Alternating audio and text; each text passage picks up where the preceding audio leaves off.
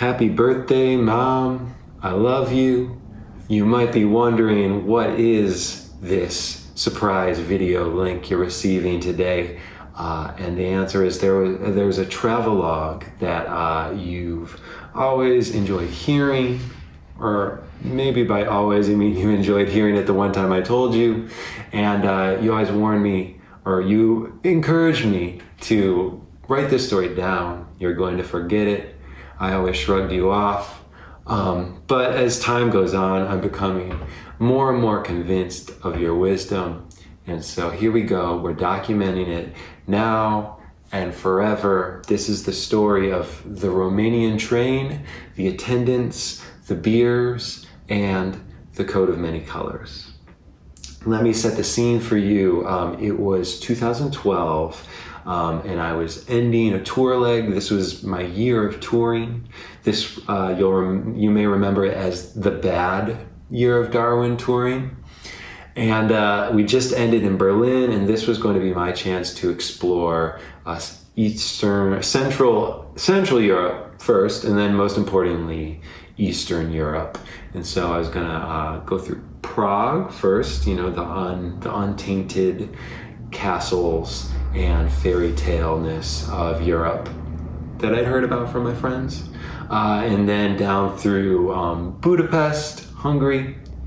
Wanted to check out those spas. And then it was the heart of the journey, the most obscure, the most relatively obscure chunk, which made me the most excited about it. And that was Bucharest in Romania, Belgrade in Serbia, and Sarajevo in Bosnia and Herzegovina.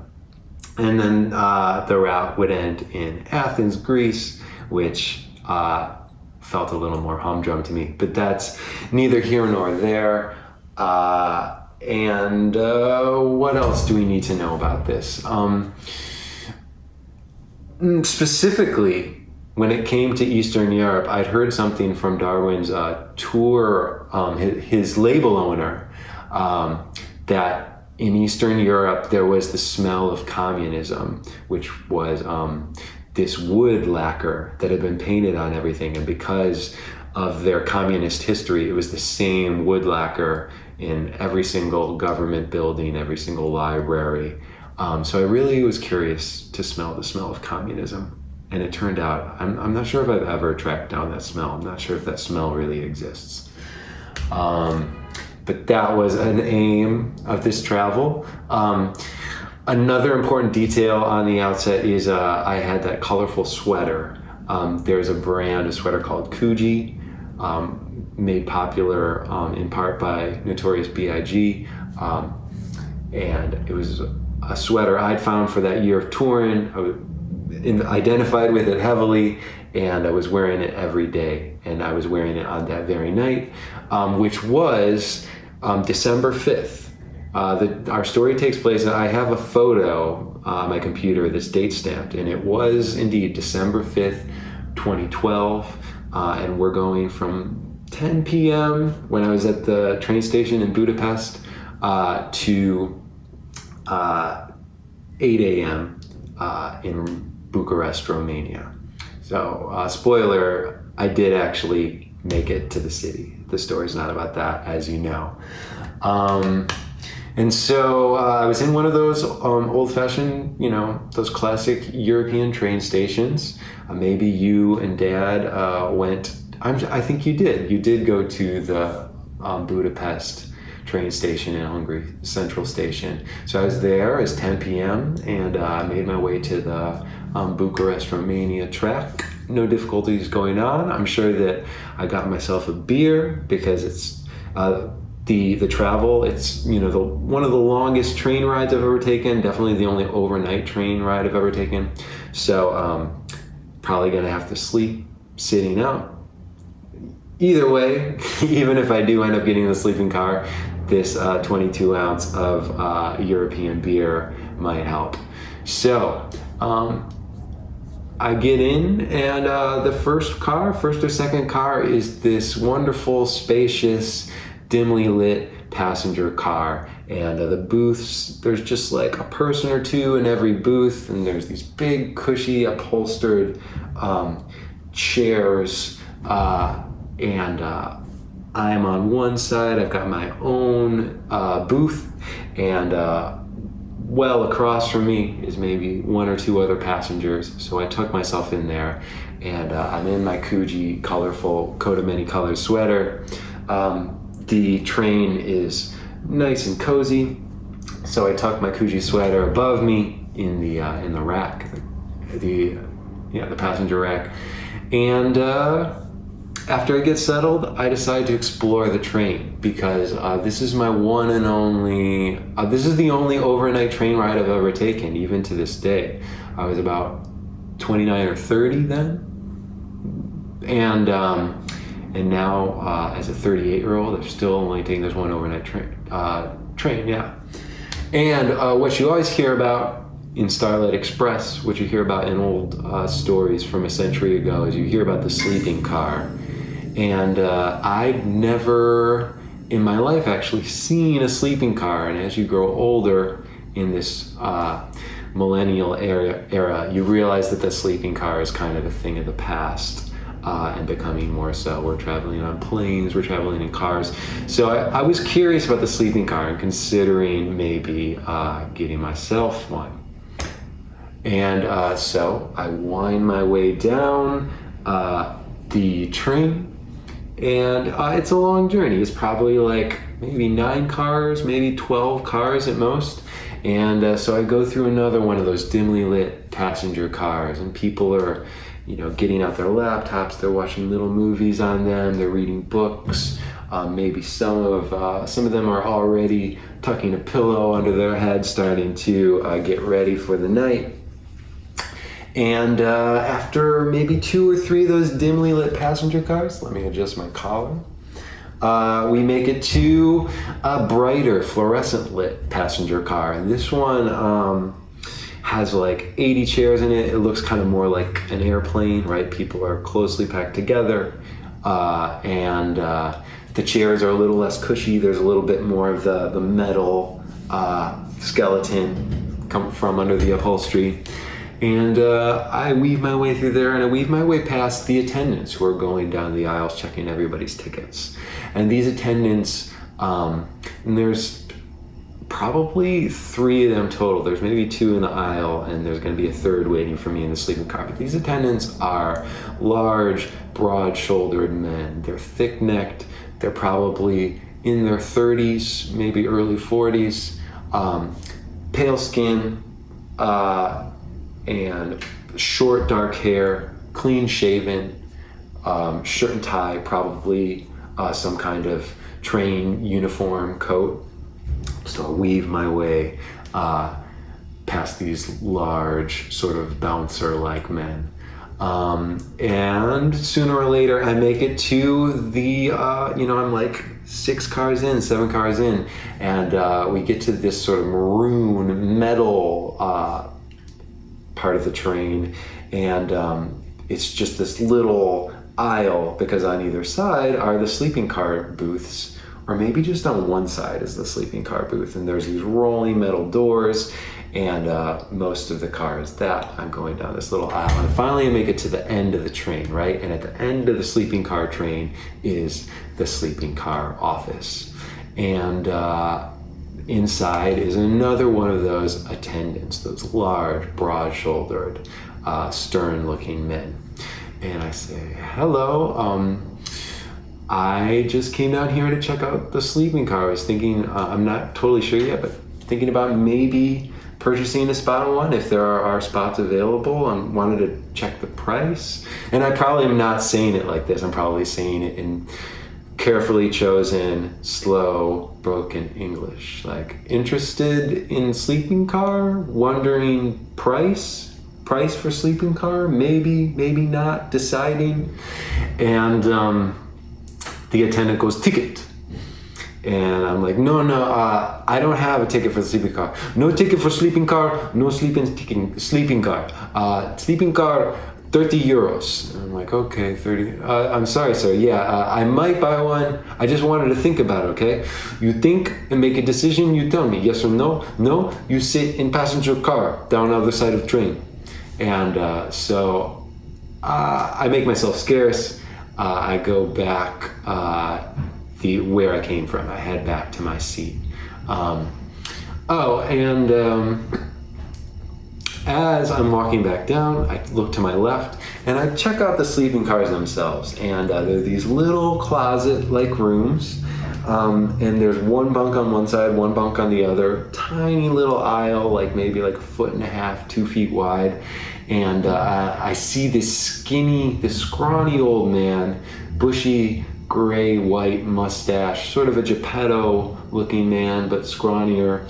And I see him sort of like placing his shirts, and there's kind of an image of him like maybe even like in his long underwear. and I think to myself, oh man, like if I get a sleeping car spot, if I buy a bed down here, that could be my bed across from this scrawny Geppetto looking man.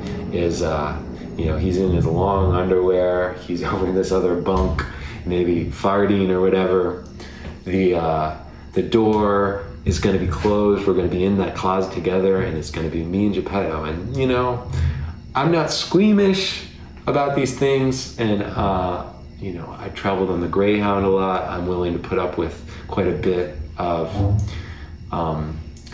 living and traveling and sleeping in public, but it was not a point in the sleeping car's favor. So I walk back, eventually get out of the maroon metal sleeping car area. I walk through the dining car, that's also important. I walk through the brightly fluorescent lit, more densely packed passenger car with the 80 chairs, and then I make it to those dimly lit passenger cars with the more spacious booths and those upholstered, comfortable seats. Where I had originally been seated, and I make it to my car. I'm about to sit down again, and there's another one of those attendants, broad-shouldered, tough, stern, tie, uniform, short hair, clean-shaven, and he says, "Ticket. Let me see ticket. You sit here." And I say, "Let me see. Yeah, that I was sitting here before," and of course my mind's already turning of like, I don't think I went out of my way to pay any extra dollars when I bought this ticket. So I don't see why I would be in this one and not the worst one, 3 cars behind me. So I'm fumbling, I find my ticket, and sure enough, this is economy. You no sit here. This is first class. You sit bright car over there, more chairs. That's you. You sit. You not sit here. You pay for this, pay extra. You not pay, you economy. And so obviously I don't want to anger these gentlemen any further. I don't want to get on their bad side, and so I scramble and I'm like, okay, sir, I'm sorry about that. I won't sit in this car. Thank you for correcting me. And fortunately, I'm traveling everywhere with my backpack, right? When you're sort of backpacking and sleeping at these hostels and sleeping at these couch surfing accommodations, every cafe, every museum, every time you walk across the train car or the plane, you're always carrying your backpack with you because it's got your laptop in it, it's got all your clothes in it, it's got your toiletries in it, it's got your phone in it, it's got your chargers in it, your keys. And so I already had that on my back. I didn't even have to go into the booth and collect my things. I just went to the passenger car. I sit in one of those airplane metal uncomfortable chairs under the bright fluorescent lights, people all around, and so although $45 a few moments ago, $45 for the sleeping car was not an appealing option because you never earn very much on these tours. I think I earned like $12,000 total the years that I toured, something like that, $16,000. You never have any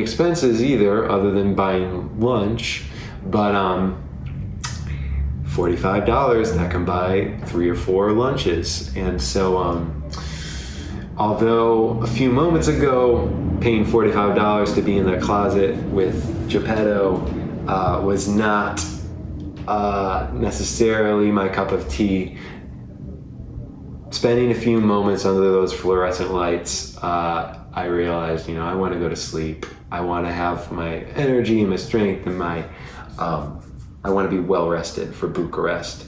So let's go down there. Let's pay the 30 euros. Let's get in the sleeping car. So I head back to the attendant. This is the second, right? There was the office one. There was the passenger car attendant. I head back to the one who I'd met first. And this time I'm ready, right? Because I understand that these men are short-tempered, and you've got to show your respect.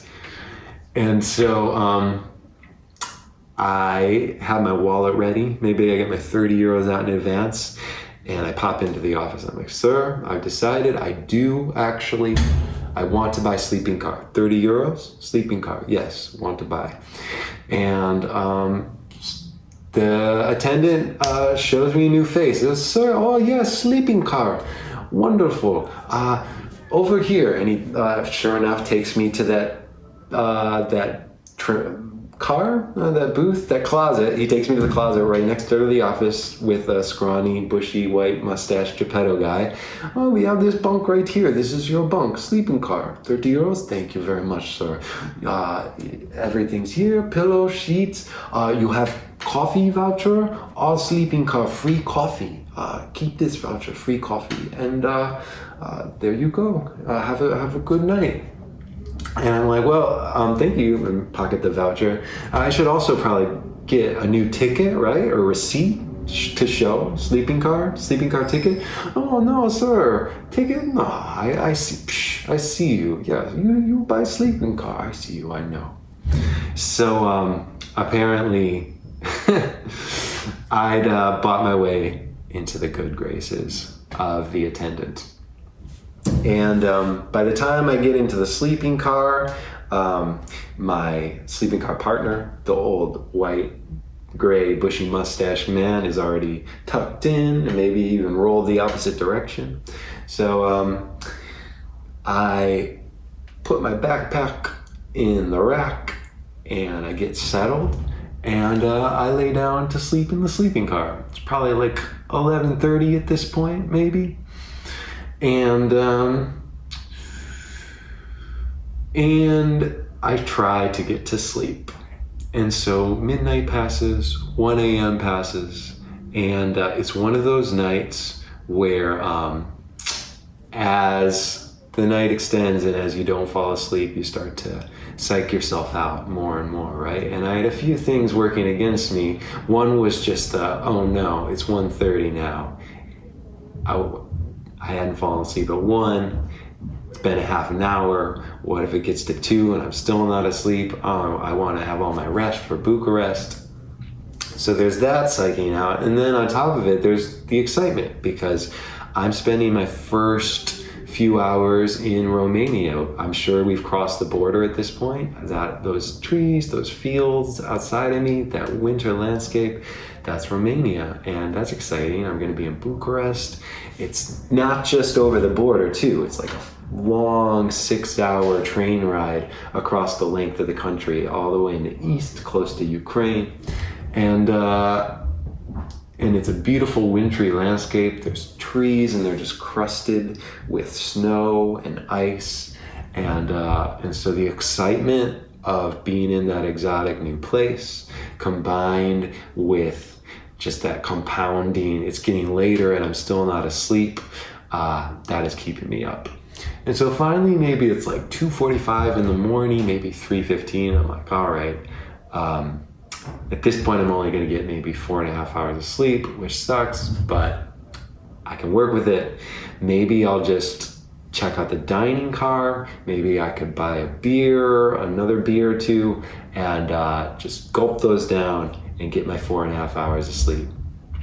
And so I go to the dining car, but sure enough, like all is still, all is asleep on the train.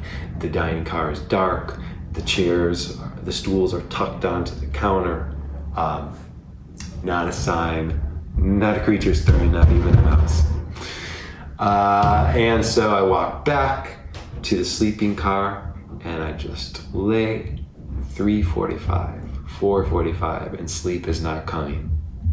And so eventually, that black, blue, that navy color of outside, it starts to slightly lighten. You're like, oh no, it's 5:30. I know that's sunrise. And then it's 5:50, and it's definitely a lighter shade of turquoise. And it's never something that you want to see before you've gotten any sleep, but it's coming. And it starts to be almost 6. And then my mind starts to go to those early risers, right? The people who get up at 6, the people like grandma and grandpa. Maybe they're having their coffee, or they're having their first cigarette, or they're having their eggs.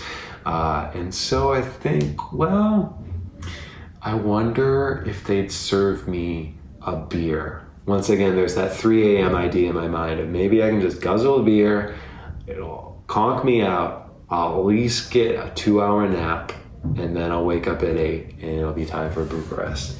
So I'll go to the dining car.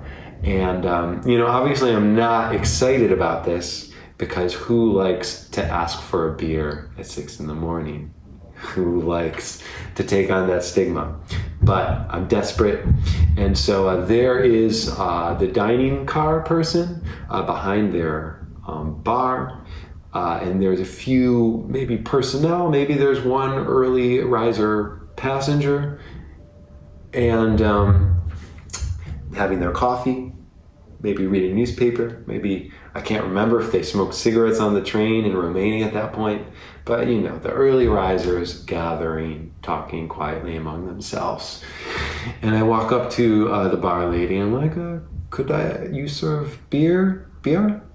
And she's, stoically reserving condemnation.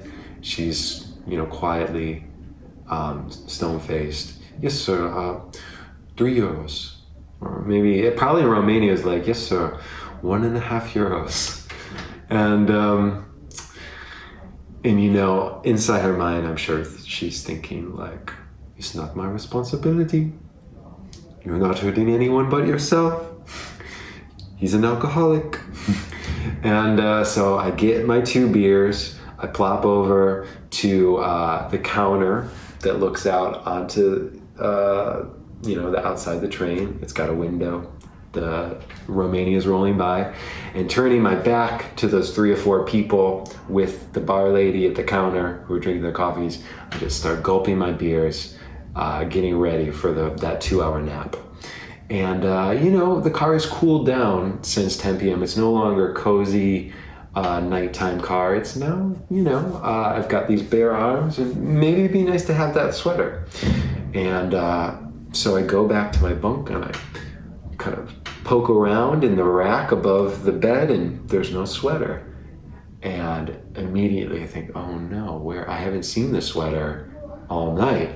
And I shove my hand in my backpack, and I don't know if you know the thing, I don't know if you have a backpack, but you can imagine the sensation of feeling around with your hand, because I don't want to get out my toiletries, I don't want to remove my laptop, I don't want to remove my dirty laundry. And so I'm feeling around, feeling if in the bottom of my backpack there's the texture of that sweater, but there's no texture. Eventually I take out the toiletries, take out the laptop, take out the bag of dirty laundry, and sure enough, no, there's no sweater in there. I'm trying to be careful because my bunkmate on the other side, he's obviously still sleeping, don't want to disturb him. And then as I can't find the sweater, and as I take apart my backpack, it hits me that my sweater was in that dimly lit passenger car from the beginning of the night, and that I was scared off by the attendant, and I walked away with my backpack on my back, but was so alarmed that I forgot my sweater in the rack. So Hopefully no one messed with it. Hopefully no one in Romania is into Coogee. And so I hustled down and I hustled through the sleeping cars. I hustled through the dining car where there's still that cluster of people there from 5 minutes ago. They're still there. They're judging the alcoholic who's somehow now rushing by them.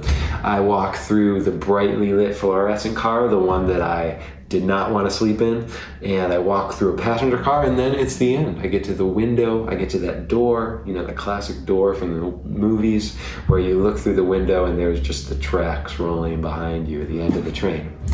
And my passenger car is not there. And the logical conclusion that I've come to, and this has never been verified, but what must have happened is when we parked in one of those stations overnight, they must adjust the train car, right? A train is made up of all these modular cars, and I didn't realize they did this, but if you get a ticket from one city 12 hours over to the next, maybe the train is adjusted while you're on it. And maybe if I'd been on that car, they'd been like, sir, we're going to disconnect this car now, you have to move. But so I assume like maybe in one of those late night cities, maybe like the capital of Slovenia or whatever, or Slovakia, they had disconnected that car. And so I hustled back to that cluster of people in the dining car and hoping, Miss Sweater, passenger car, lost and found. I left Sweater in rack, and I'm not looking good. I'm not my best self at this moment because I'd been up all night, 0 hours of sleep at 6:30 in the morning. I'd also just chugged 2 beers in front of her, and now I'm flustered because I lost my favorite sweater, and I'm speaking in simple. Just checking the environment for noise. I think our recording is still good. So I'm speaking in broken English, trying to communicate with this Romanian woman, and none of these things are helping me. And she's like, sir, calm down, Sweater. No, I don't think so, Sweater. And I'm sure in her mind she's thinking, this crazy alcoholic is now having some kind of breakdown. Just keep him calm. And I realized there is no lost and found. I've probably lost my favorite sweater. And so I finished those beers, and defeated, tail between my legs, I walk back to my sleeping car. It's probably 6:30 a.m. and maybe, just maybe, I can get that 1 hour of sleep. But it's 6:45, it's 7, and my frustration at that loss and my embarrassment at being the 6 a.m. dining car alcoholic is all fresh in my mind, and it keeps that final hour of sleep away. And it's 7:15, and I start to hear, ladies and gentlemen, first you hear the Romanian announcement, and then after that, ladies and gentlemen, we will arrive in Bucharest at 7:52 at Central Station. Thank you for choosing to ride with us. And I know I'm not going to get a wink of sleep that night. And so finally, there's a rap at the door, and it's another attendant, but it's not one of the thick, intimidating, broad-shouldered attendants. This is an old, scrawny, kind of in the tradition of my bunkmate, an old, scrawny old man attendant. And he says, sir, you have voucher? And I think for a second, sir, free coffee, you have voucher. And I'm like, I'm not sure if I can find it. I'm not sure if I want a coffee. Sir, no, you're in dining car. No need for voucher, free coffee. And I look at the guy. He obviously really wants to shower me with the luxuries of the sleeping car. And so I say, sure, okay, I'll take the coffee. And he gets out one of those airplane pitchers, those thermal pitchers, and he gets out a plastic cup, like the plastic cup that you see at water coolers, right? And pours the hot coffee in this thin disposable transparent plastic cup, which is kind of gross, right? Because whenever someone pours something hot like coffee or soup in a thin plastic bowl or cup, you kind of think, is that really supposed to happen? Is part of the plastic gonna maybe like melt into the coffee? But anyways, I take the plastic cup, take a sip of coffee as the train rolls into Bucharest. Happy birthday, Mom.